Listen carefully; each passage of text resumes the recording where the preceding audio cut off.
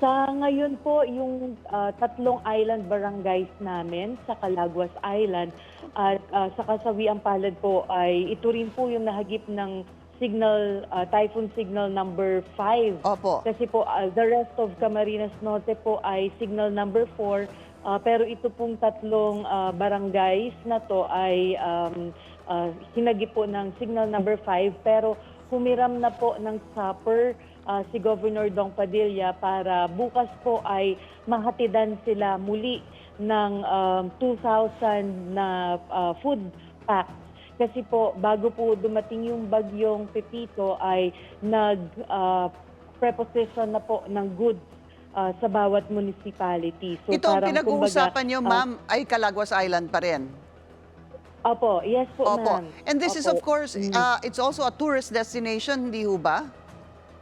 Yes po. Yes po. Actually po, yung nangyari ay yung aming mga evacuation centers doon na mga schools ay medyo mababa ang location.